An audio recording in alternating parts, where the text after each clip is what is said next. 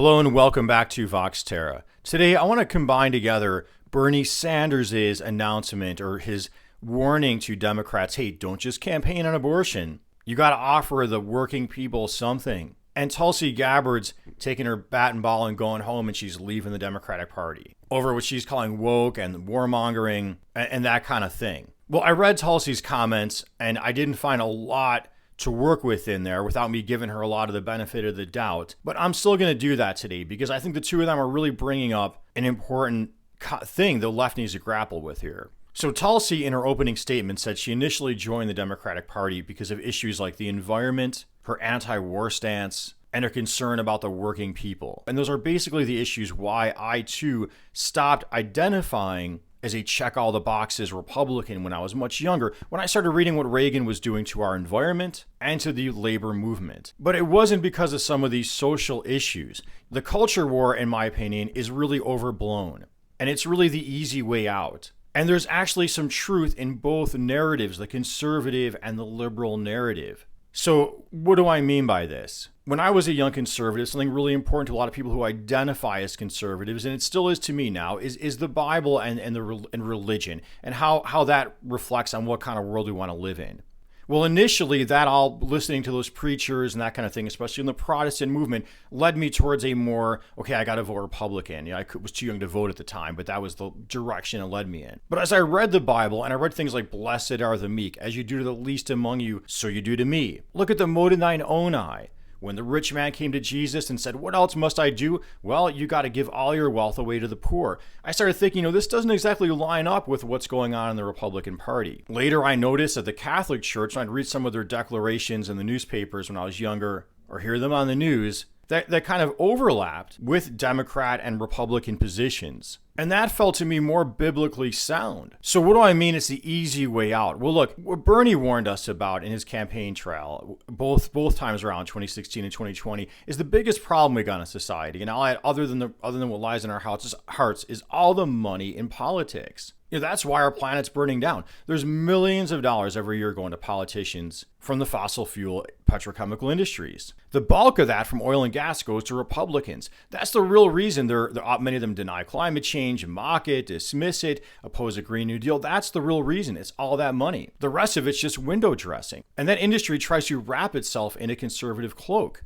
But here's the problem. If you're looking at this, if you're not aware of that, which most people aren't, they're not aware that environmental organizations have more influence in the Democratic Party. They're not aware that workers' rights organizations have more influence in the Democratic Party. If you're not aware of all that, now you're just lining up over culture war. Well, there's two different ways to look at this. You could see this is a battle of oppressed versus oppressors, or you could see this as a battle between chaos and order. And there's some truth in both of those views. So I was really excited by Bernie initially when he reached out to Liberty University and addressed that evangelical crowd of college students and said, hey, they could agree to disagree on some of these culture issues, like he mentioned abortion and same-sex marriage at the time. That was before the trans issue was so big in the news.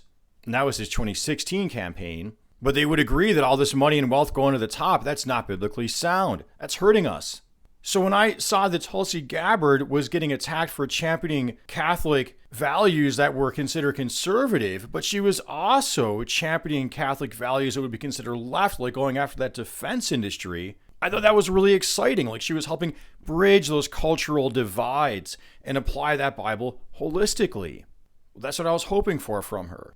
Tulsi, I think somewhat unfairly said, the Democrats are stoking racial division. She put it in a way I'm even more uncomfortable with saying. And I feel like her putting it that way is almost stoking racial division in her own way. But there is a problem, in my opinion, in the left. And I think people really need to look at this, or in the liberal movement, that, what's the identity in that movement for people who are seen by society, or that's how they see themselves, as straight as white? Where does that person fit in?